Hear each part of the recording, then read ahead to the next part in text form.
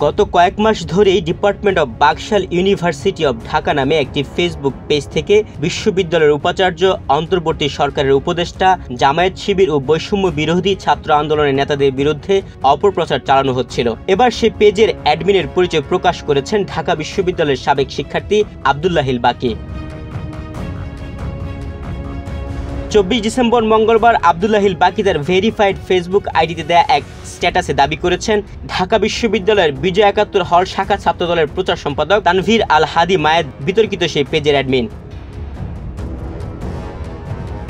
Facebook স্ট্যাটাসে অভিযোগ করে তিনি লেখেন, department of Baksal university of Dhaka নামে একটি পেজ থেকে বিভিন্ন ব্যক্তির নামে নানা সময় মিথ্যা তথ্য প্রচার, ব্যঙ্গাত্মক পোস্ট, কার্টুন, ছবি বিকৃতি সহ নানা কিছু পোস্ট করে আসছে। পেজটি থেকে কিছুদিন আগে এক উপদেশের ব্যঙ্গাত্মক কার্টুন ছাপানো হয় দাড়ি টুপি অ্যাড করে কটাক্ষ করে। পরে ব্যাপক সমালোচনার মুখে সে পোস্ট পেজটি থেকে সরানো হয়। পেজটির পেছনে ছাত্রদলের লোকজন কাজ করছে বলে সবাই বলার পরেও ছাত্রদলের লোকজন এটাকে ভিত্তিহীন বলে উড়িয়ে দিচ্ছিল, কিন্তু পেজটি সত্যিই ছাত্রদলের লোকজন চালায়।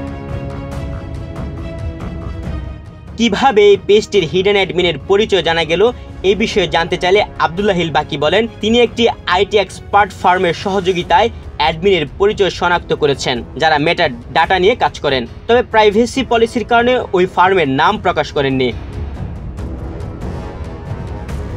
এ বিষয়ে অভিযুক্ত ছাত্রদল নেতা তানভীর আল হাদি মায়েদের কাছে তার বক্তব্য জানতে চাইলে তিনি অভিযোগ অস্বীকার করেন। তিনি আব্দুল্লাহিল বাকিকে সাবেক শিবির কর্মী আখ্যা দিয়ে বলেন, একজন সাবেক শিবির কর্মী পোস্ট করেছেন আমি নাকি ওই পেজ চালাই, কিন্তু এই পেজের সঙ্গে আমি কখনো কাজ করিনি, এমনকি আমি কোনো পেজ বা আইডি চালাই না। মামলা জিডি করে সমস্যার সমাধান হবে না আমি জানি। এমনটা হতে পারে যে আমার নামে একটি আইডি খুলে অ্যাডমিন করে আইডিটি ডিঅ্যাক্টিভ করে রাখা হয়েছে। তুহিন ভুইয়া, বাংলাদেশ প্রতিদিন।